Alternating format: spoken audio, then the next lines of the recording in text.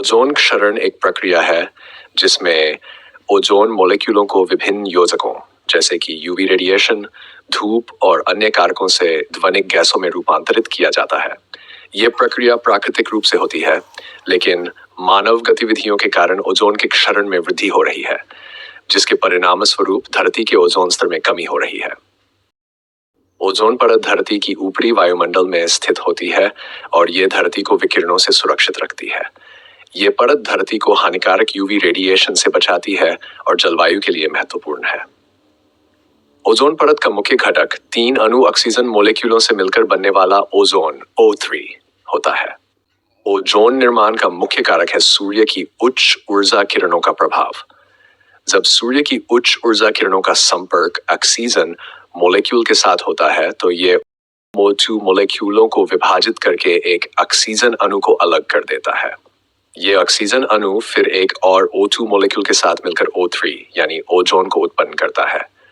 ये प्रक्रिया उच्च ऊर्जा विकिरण जैसे कि यूवी रेडिएशन के प्रभाव के कारण होती है।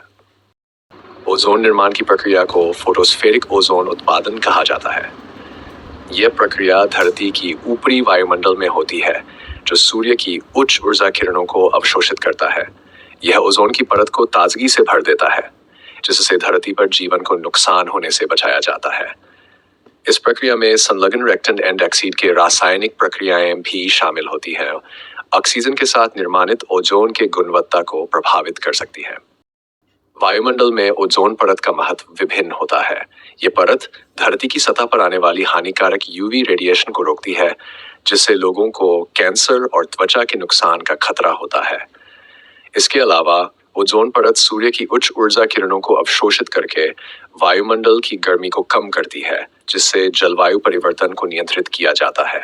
इसके साथ ही ओजोन परत भूमंडलीय वर्षा को भी प्रभावित करती है और वायुमंडल में आवश्यक आधारभूत विभाजन को सुनिश्चित करती है।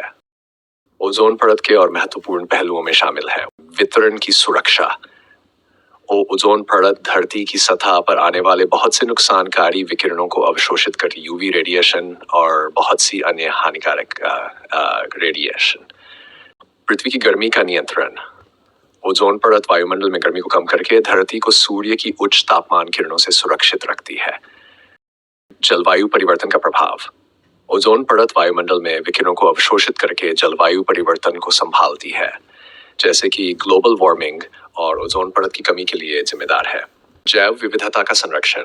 ओजोन परत धरती पर आने वाले अत्यधिक रेडिएशन से जैव विविधता को बचाती है, जिससे पौधों, जीवों और मानव समुदायों को संरक्षित रखती है। ओजोन क्षरण और ओजोन छिद्र दोनों ही ओजोन परत के प्रकार हैं और ये प्रक्रियाएं धरती के ऊपरी वायुमंडल में होती हैं। 1. ओजोन क्षरण डिप्लीशन। ये प्रक्रिया उन रासायनिक पदार्थों के कारण होती है जो ओजोन परत की संरचना को नष्ट करते हैं, जैसे कि क्लोरोफ्लोरोकार्बन CFCs, हाइड्रोक्लोरोफ्लोरोकार्बन HCFCs और हालोन्स। ये रासायनिक पदार्थों कारण होते हैं जलवायु उपचारों, शैली और केंद्रीय हीटिंग के प्रयोग के लिए। ओजोन क्षरण के परिणाम स्वरूप ओजोन परत की कमी होती है, जो धरती को उच्च ऊर्जा किरणों से अधिक संरक्षित नहीं रखती है। ये विशेष रूप से उत्तरी और दक्षिणी ध्रुवीय क्षेत्रों में अधिक प्रभावित होता है, जिससे वहां ओजोन के छिद्र ओजोन होल्स बनते हैं। 2. ओजोन छिद्र ओजोन होल्स। ये चक्रवाती ओजोन क्षरण के परिणाम स्वरूप उत्पन्न होते हैं। जब ओजोन परत की कमी होती है तो वहां छिद्रों की अवस्था बनती है, जो ऊपरी वायुमंडल में ओजोन की उपस्थिति को कम करती है। ये छिद्र खतरनाक होते हैं क्योंकि वे हानिकारक यूवी रेडिएशन को अधिकतम मात्रा में धरती की सतह पर पहुंचने की अनुमति देते हैं, जिससे लोगों को त्वचा के कैंसर और अन्य स्वास्थ्य समस्याओं का खतरा बढ़ जाता है। ओजोन परत क्षरण के कारक विभिन्न होते हैं और इनमें से कुछ मुख्य कारक निम्नलिखित हैं। Chlorofluorocarbon CFCs। ये रासायनिक यौगिक हैं जो अनुशासित कार्बन, फ्लोरीन और क्लोरीन से बनते हैं। इनका प्रमुख उपयोग एयर कंडीशनिंग, अनुसंश्लेषण की उपकरणों और सौर ऊर्जा प्रणालियों में होता है। ये CFCs ऊपरी वायुमंडल में पहुंचकर उनके मौल्यवान परत को नष्ट करने में सहायक होते हैं। हाइड्रोक्लोरोफ्लोरोकार्बन। ये CFCs की एक प्रकार के होते हैं, लेकिन इनमें हाइड्रोजन भी मिला होता है। HCFCs का प्रयोग भी ऊपरी वायुमंडल में ओजोन की क्षति के कारण होता है, लेकिन ये CFCs की तुलना में कम हानिकारक होते हैं। हालोन्स। ये हालोजनी रासायनिक यौगिक हैं जो अग्निशामक और अंधकार शांत करने के उपकरणों में प्रयोग होते हैं। इनका प्रमुख उपयोग प्रदर्शन मंचों, कंप्यूटर व्यवस्थाओं और इलेक्ट्रिकल उपकरणों में होता है। हेलोन्स भी ऊपरी वायुमंडल में ओजोन की क्षति के कारण होते हैं। इन कारकों के अलावा उच्च स्वर्णिम संयोजन VOCs, नाइट्रस ऑक्साइड और मेथेन भी ओजोन के क्षरण में योगदान कर सकते हैं। ओजोन विघटनकारी पदार्थ, ओजोन डिप्लीटिंग सब्सटेंसेस ODS, वे रासायनिक यौगिक होते हैं जो ऊपरी वायुमंडल में ओजोन परत की कमी का कारण बनते हैं। इनमें से कुछ प्रमुख ODS शामिल हैं। 1 क्लोरोफ्लोरोकार्बन CFCs, ये रासायनिक यौगिक हैं जो अनुशासित कार्बन, फ्लोरीन और क्लोरीन से बनते हैं। CFCs का प्रमुख उपयोग उपग्रहों, एयर कंडीशनिंग, अनुसंश्लेषण की उपकरणों और सौर ऊर्जा प्रणालियों में होता है। हाइड्रोक्लोरोफ्लोरोकार्बन, ये CFCs की एक प्रकार के होते हैं, लेकिन इनमें हाइड्रोजन भी मिला होता है।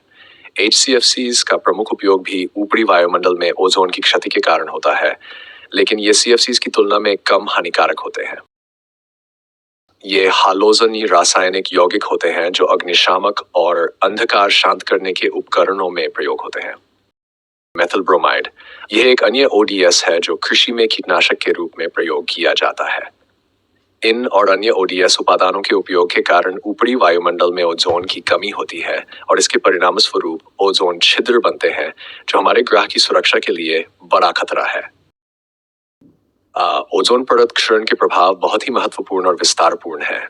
ये प्रभाव निम्नलिखित है। 1. UV रेडिएशन का बढ़ता खतरा। ओजोन परत की कमी के कारण धरती पर UV रेडिएशन का संपर्क बढ़ जाता है जो त्वचा के कैंसर, ध्वनिक विकार और आंखों के संक्रमण जैसी स्वास्थ्य समस्याओं को बढ़ावा देता है। 2. जलवायु परिवर्तन। ओजोन की कमी के कारण धरती की ऊपरी वायुमंडल में तापमान में परिवर्तन होता है जो जलवायु परिवर्तन को बढ़ावा देता है। 3. जलवायु परिवर्तन के प्रभाव।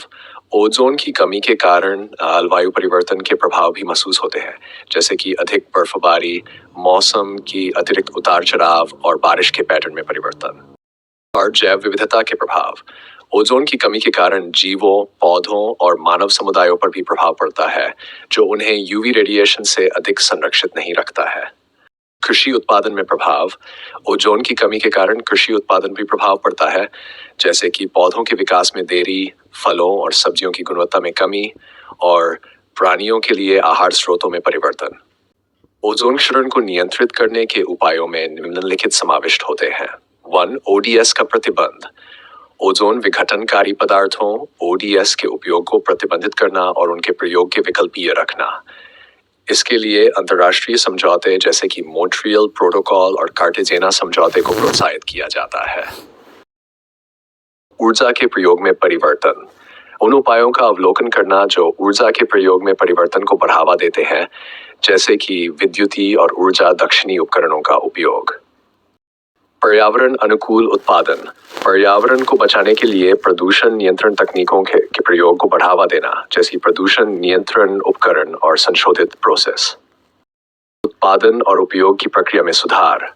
ODS उत्पादन और उपयोग की प्रक्रिया में सुधार करने, स्थायी और प्रदूषण मुक्त उत्पादन प्रक्रियाओं को विकसित करने और योग्य और उन्नत तकनीकों का अधिक प्रयोग करने के माध्यम से ओजोन क्षरण को कम किया जा सकता है। सामाजिक जागरूकता। जनता को ODS के बारे में जागरूक करना, उन्हें इसके प्रभावों के बारे में शिक्षित करना और उन्हें ओजोन की संरक्षण की दिशा में कार्यवाही करने के लिए प्रोत्साहित करना भी महत्वपूर्ण है।